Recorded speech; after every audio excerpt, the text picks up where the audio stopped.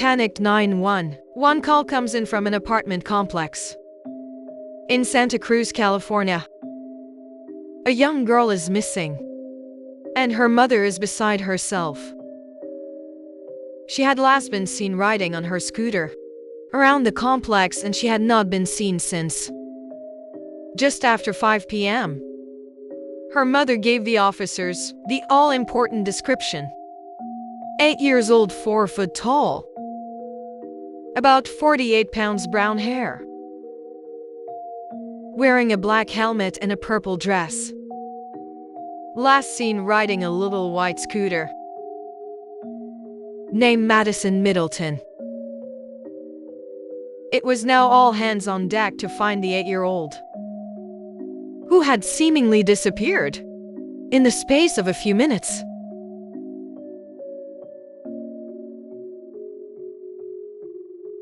Eight-year-old Madison Middleton, known as Maddie, lived with her mother Laura. She was an only child, and her mother and father Michael were a tied trio.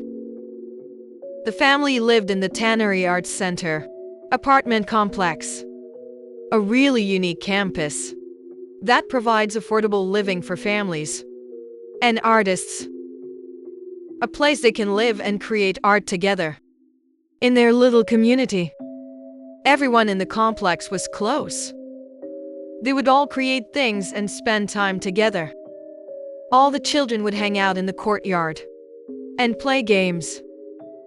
For a young girl that loved all things creative, it was the perfect place for her to grow up. She would often paint little toy animals and create plays and stories with them. She loved to sing, dance, and draw. Her mother Laura said Maddie was such a generous child, always the first to try and help someone, or stand up for someone that was on their own or needed support. She was bright, intuitive, and curious, never without a smile on her face. Everyone in the apartment complex knew her as Chatty Maddie, and she would talk to anyone and everyone, always making friends and entertaining people.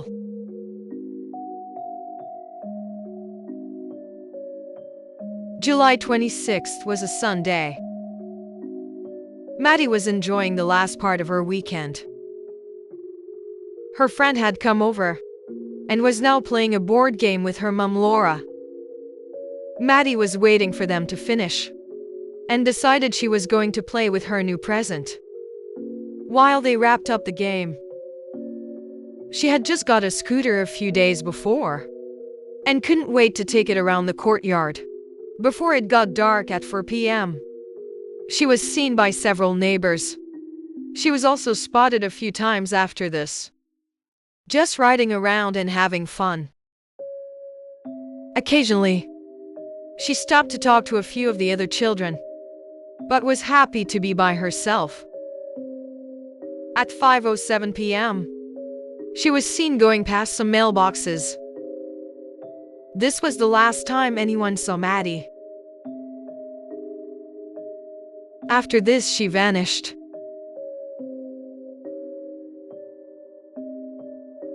Her mother Laura thought she might have met another friend and started going door to door. There were around 100 apartments in the 8-acre complex. But with each person that answered, saying they hadn't seen her, the panic was mounting. She was nowhere. Officers rapidly descended on the apartments and got to work without hesitation. Her family said that although Maddie was confident, she knew not to wander off by herself, go too far, or talk to people that she didn't know. So, detectives knew her disappearance was out of character. Despite this, an Amber Alert was not issued because they said the case did not meet certain criteria. An Amber Alert is an emergency alert system that sends out information about an endangered, missing, or abducted child. My name is Kirby. I know Kirby. Just Nick, they're okay. What can you tell us about what she was doing out here? She was riding her brand new scooter. It's a white Razor. She had a black helmet on. She was wearing a purple dress. And she was just happy as could be riding around. Now, did you check with friends to see if she was with them? Absolutely. We've searched the entire tannery door to door. Officers have gone door to door, every loft. We've looked at cameras. We've had search parties all night long. Is there anyone else? Is there another friend? An adult friend she might have befriended or anything like that? Not that I can think of at all. Has she ever done anything? Nothing, never. She's never left tannery property. She knows where she's supposed can and cannot be here. She was, in the courtyard where she was supposed to be. She came over here. And that was the last we saw of her on surveillance. So where do you go? I just gotta ask, How difficult is it? Knowing that you can't really do any. You're doing what you can. But I already fell apart. Now I'm just in survival mode. I can't explain how difficult this is. Nobody should have to go through this. An extensive search was now underway, which included the involvement of the Santa Cruz Police Department, a Santa Cruz Sheriff's Office search and rescue team, and a K-9 unit. But it was soon dark and they hadn't found anything. By 11 o'clock a.m. the next day, 50 FBI officers were on the case, going door to door in the area, and requesting everyone look in their garages and check their bins, gardens, and sheds. By this point, the complex had already been searched top to bottom, and the hunt for Maddie was now spreading into the outer areas. Good afternoon, we're glad you joined us. We begin with the latest on the search for a missing 8-year-old Santa Cruz girl. At a news conference earlier this morning, Santa Cruz police say they've expanded their 4.5 square mile search area for the missing 8-year-old girl and have called in the FBI, who have additional resources to help. Search crews in orange jackets are fanning out through a large area of Santa Cruz, hoping to find any sign of Madison Middleton. The 8-year-old girl went missing Sunday afternoon. She was last seen by neighbors about 5 o'clock yesterday afternoon at the Tannery Art Center. Neighbors have joined in on the search. This wonderful kid, we would have heard her. I don't get this. Nobody gets this. We would have heard. She was just right here. Parents heard about the missing child when they brought their children to a dance class at the Tannery Art Center. It's tragic. I feel terrible. Like I was telling my son, I'm hoping that they're gonna find her. We're sending positive, happy thoughts that she's gonna come back happy and healthy. Neighbors immediately began to help look for her and spent all night scouring the area with no luck. We're all feeling a little helpless at this point. We've been checked all the tents and homeless camps. A lot of us have been up all night. We've gone as far as Paradise Park. Police say there's no evidence Maddie was forcibly abducted, so they are treating this as a missing persons case. We're not calling this a kidnapping. We're still early on in our investigation. Where we're calling it this is, we're looking for a lost child. Late this afternoon, police stopped vehicles entering the Tannery parking lot and looking for any information or signs of missing Maddie Middleton. Hundreds of volunteers arrived to search. Police had now received over 1,000 tips, and it was clear to see how much this case had resonated with the public, and how much they were trying to help bring her home. As the police approached the 24-hour mark, they decided to refocus their search back inwards. With such a small window of time in which she suddenly vanished, they felt confident that the answers lay in the apartment complex somewhere. They started a more thorough and intense search of the buildings.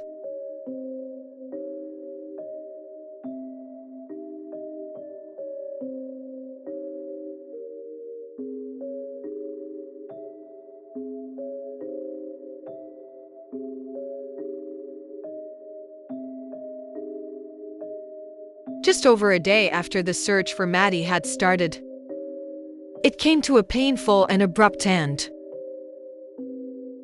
At 8 p.m. on July 27th, her body was found in a bag inside a recycling bin in the first-floor garage of the apartment complex.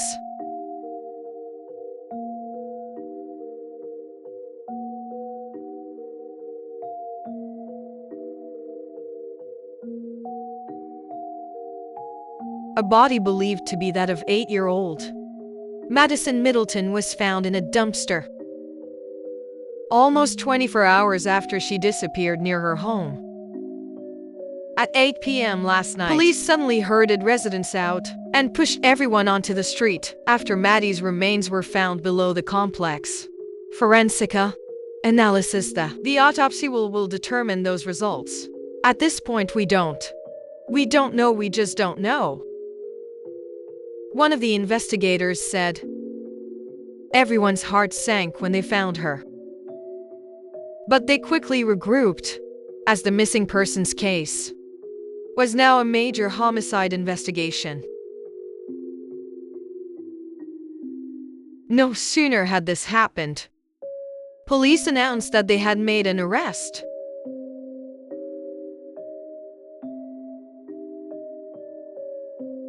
Police in Santa Cruz, California, have a 15-year-old boy under arrest in connection with the disappearance and apparent death of an 8-year-old girl. More shocking still, the suspect lived in the apartment complex, and he was just 15 years old.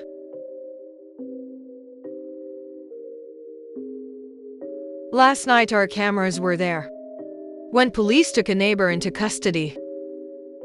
We've blurred his image.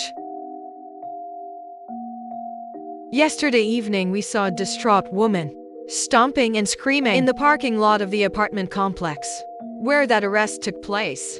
Neighbors tell us she's the mother of that teen. At approximately 7:55 p.m., a Santa Cruz police detective conducted a secondary and more thorough canvass of the complex, which included the search of a recycle bin located in an enclosure on the first-floor parking structure at the Tannery Arts Center complex. Maddie's body was located within that recycle bin. I will merely say that Maddie's body was concealed in a recycle bin in a way that was not obvious or readily apparent. There was a 15-year-old male juvenile who resides in an apartment on the property upstairs from the location where Maddie's body was found, and he was nearby when Maddie was located. He was subsequently taken into custody, where he was brought back to the Santa Cruz Police Department and interviewed.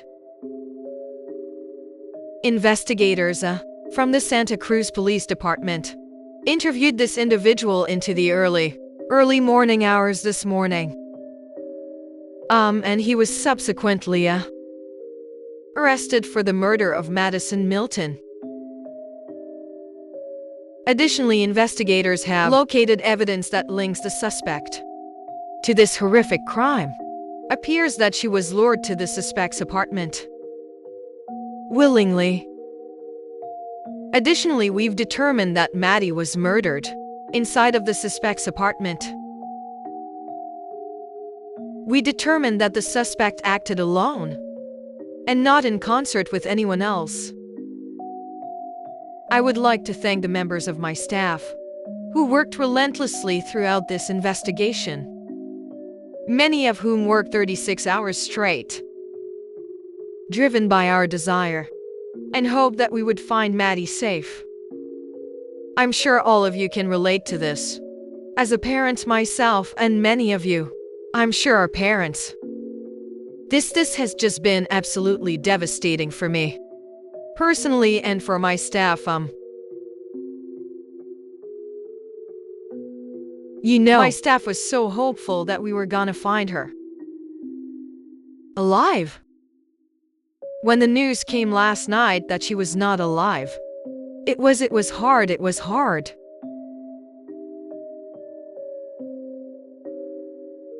At 9 p.m. on July 28th, the broken community came together for a vigil. A lot of people in town and all over have been walking around numb. You know it's like. That's how I feel. I feel like I've been walking around numb. I couldn't even imagine if it was somebody that I love, somebody that I was close to. Because of his age, the teenager's identity was protected. But all this changed when Santa Cruz County District Attorney Jeff Rizal issued a statement. He announced that they had sufficient evidence against him and he would be charging the teen as an adult not only for murder, but also for kidnapping and sexual assault.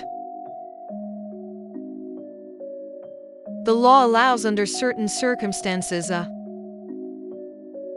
with certain types of offenses, a determination as to whether or not you want to charge someone as an adult, or whether or not they're charged as a juvenile, based on the information that we know at this point. There do appear to be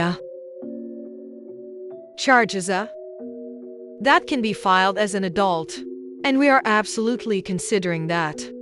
And these are the type of charges and the type of offenses that are and can be charged as. And with this, his name was released. The suspect in custody turned out to be Adrian Jerry Gonzalez, known as AJ, and he had lived in the apartment for the last 6 years with his mother. It was a bombshell for their neighbors, and the fact that he could have been involved left them shocked. Not knowing any details, everybody at first thought that this must have been an accident, and AJ had panicked and tried to cover it up. Everybody described him as likable and polite, often spending time outside with the other children, teaching them how to do yo-yo tricks and play the piano. He even worked as a counselor for the younger children. Everyone loved and trusted him, and this was an unfathomable thing to process. We love this guy, all of us. If you ask us what you think of him, we'd tell you he's an outstanding kid. A poster child, one neighbor said. But others argued his social media posts pointed to someone who was far more troubled than anyone had realized, with many of his posts having disturbing captions. It was also said that he had abused his dog years before, and one of his friends had urged him to seek help when he started threatening to jump off of buildings. What had initially drawn police to AJ that day was that he was watching them intently as they were searching the bins. And the second the officers realized that Maddie was in there, he started to run, despite the fact he wouldn't have been able to even see what they had found. He had been helping in the searches and involving himself in the investigation from the beginning, asking everyone questions about what they knew and if anyone had heard anything. Something that seemed innocuous But when police questioned him after he ran away, they realized something was very wrong, and he did have something to hide. They wouldn't go into detail about what he had said, or what evidence they had uncovered in his apartment, which was likely due to his age, and how much they were allowed to reveal. An examination of Maddie's body came in the following day, and it was determined that her mouth had been bound with tape. She had been beaten and raped before being strangled and stabbed. It was such a monstrous crime, and what poor Maddie had gone through was horrendous. After being formally interviewed, AJ admitted to what he had done. He said that he had lured Maddie into his apartment by offering her some ice cream. Maddie knew AJ well and trusted him. As she was helping herself to the ice cream, he attacked her from behind. After he bound her and assaulted her, he strangled her before forcing her into the bag she was later found in. As he was doing this, he realized that she was still alive. He subsequently stabbed her in the neck. Medical examiners concluded that she had ultimately died of positional asphyxiation from her position in the recycling bin. District Attorney Jeff Rizal said, "We are going to bring him to justice. He is looking at life in prison." He also said that he thought being charged and tried as an adult was the only appropriate course of action, and that AJ was a sexual deviant with no place in society. Judge Salazar agreed with Jeff Rizal and determined that AJ's trial should go through the adult court system instead of the juvenile one.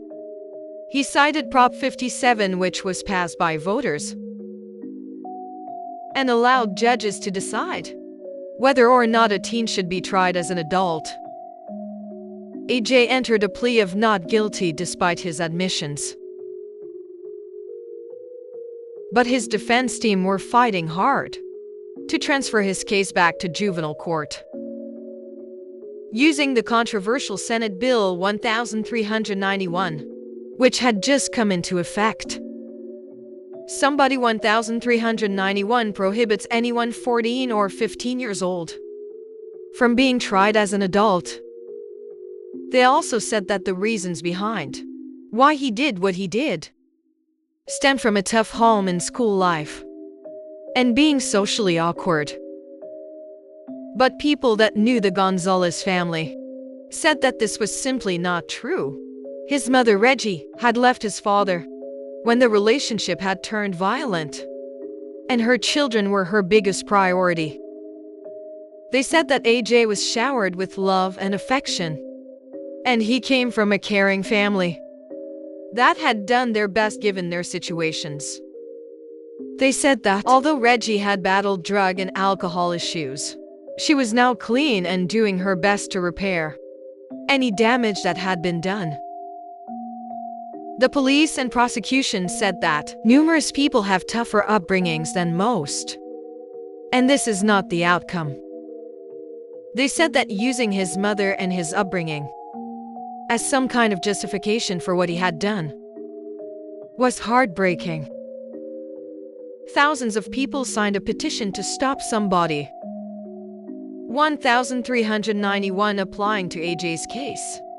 But it was in vain when, after much deliberation and appeals by AJ's defense team, the Supreme Court ruled that his case should be transferred to a juvenile court.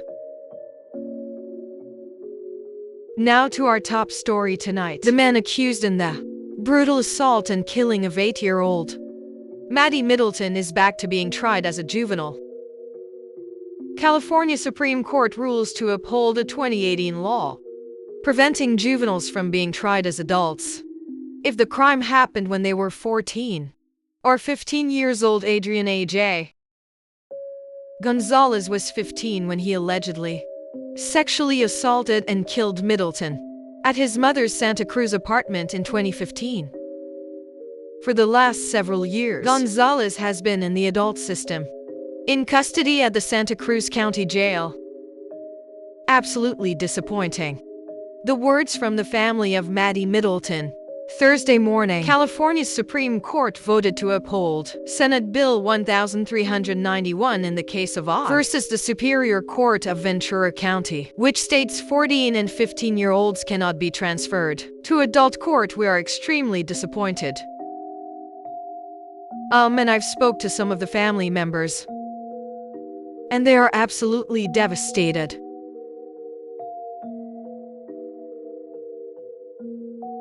Weeks from experts throughout the state that is not somebody who's gonna be safe to be released. In juvenile hall, he responded. The services, the support, I'm in the structure of the hall. Kids can get treatment and aren't just thrown away into an adult prison where they're gonna learn very bad habits. This was met with huge backlash, and the community were horrified that something so awful could happen to someone so vulnerable and be met with potentially just a few years in prison. Judge Salazar also expressed his feelings, saying that his hands were tied by the change in the law and that he had no choice.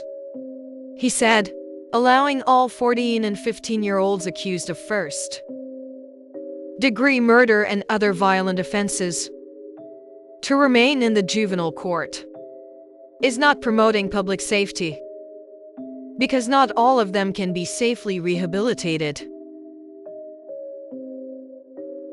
Following this decision in April 2021, Adrian Jerry Gonzalez changed his plea. Top story tonight: a major development in the murder case of 8-year-old Madison Maddie Middleton. Today in court, the suspect, Adrian A.J. Gonzalez, pleaded guilty to all charges. He finally pleaded guilty to 6 felony counts, including the kidnapping, rape, and murder of Maddie more than 5 years prior. Before his sentencing, AJ said he hoped that the family would forgive him one day. I understand there is very little I can say after all the pain and suffering I have caused. My goal is to work on my issues so no one else has to experience what you have endured. I am aware that does not change the fact that I have brought you tragedy, loss, and devastation. I am hopeful that when I take the time to apologize, that you may accept my apologies for the actions that I have done and what they have brought you. He said. Maddie's father, Michael, said he has accepted his daughter's loss and that he has forgiven AJ. That doesn't make anything easier. It just allows me peace.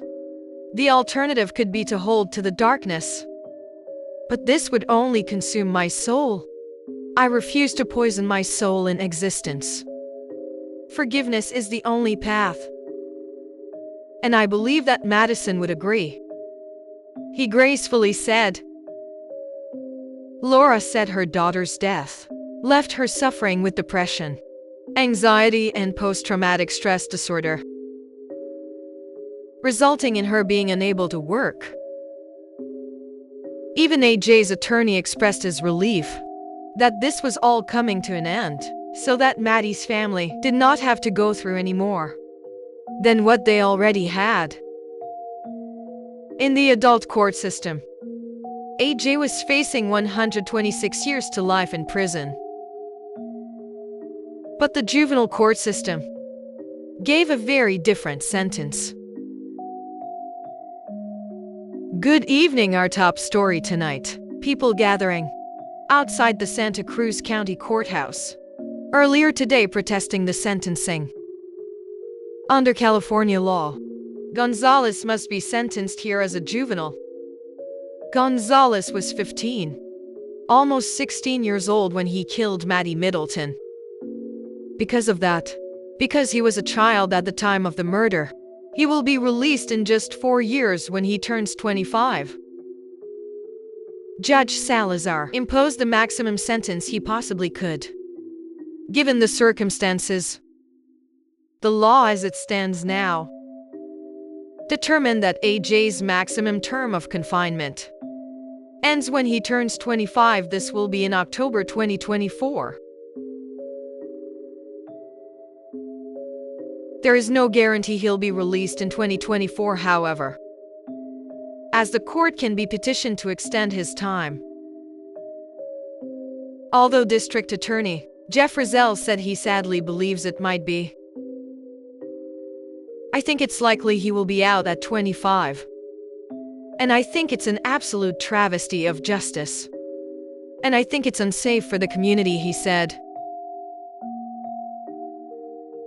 The bottom line is, certain changes need to be made in juvenile justice. Juvenile reform, of course. But one-size-fits-all legislation that takes no account at all for people like Adrian. We had experts who said they had never, ever seen anybody present like him. Ever in a 30-year career as a child psychologist, never. Anybody who thinks that this person is gonna be healthy and fixed and able to come out into society at the age of 25 is mistaken. AJ must also register for life as a sex offender and pay $22,000 in restitution fees. Maddie's grandfather, Dan, said that the sentencing ignores all the evidence, pointing towards him being a danger to society. He also predicts that somebody, 1,391, will have dire consequences for future cases.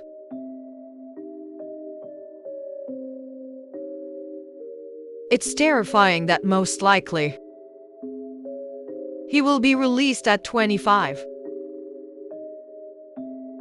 This law affects not only my family and our community here, but anyone else who suffered a crime at the hands of a juvenile. And I believe in a reform in the system for juveniles and adults. This wasn't a crime of robbery or drugs.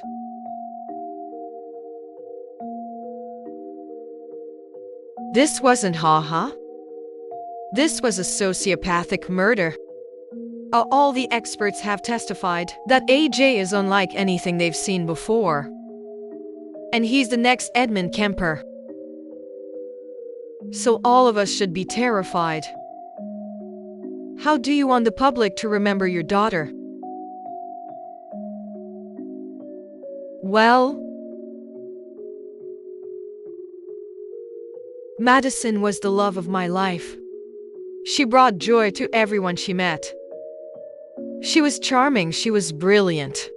She was creative, artistic, loving. She loved animals, especially dogs and wolves.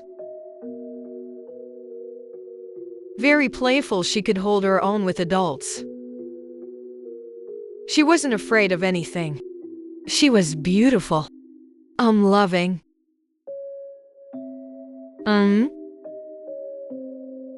And she's gone, but at least I'll know. She'll always be a perfect little 8-year-old. And I miss her. An unlikely bond was formed between Laura and AJ's mom, Reggie, during the ordeal. Reggie was devastated that her son would do this, and neighbors would frequently see her crying at Maddie's memorial. Laura would often sit with her, hugging her, telling her she wasn't to blame. She said, "I just love her, and we both lost our children that day. That's the tragic truth. I don't fault her." More pain would soon come for the grieving family. Maddie's father carried her ashes around with him inside his car so that she could stay close to him. But the family were left devastated when someone broke into the car and stole them. They have sadly never been recovered.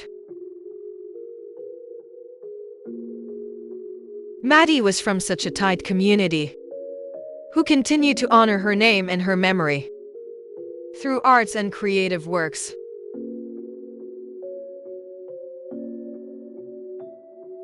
She loved animals, but wolves especially.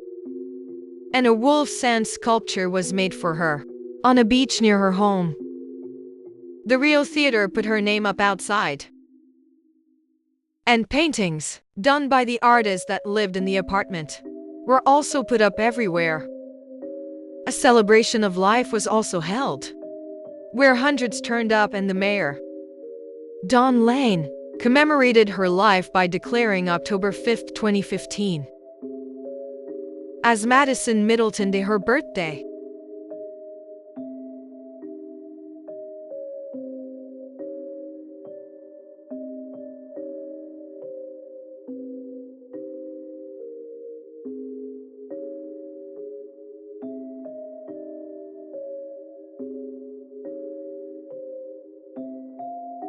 Maddie, Child Angel of Santa Cruz.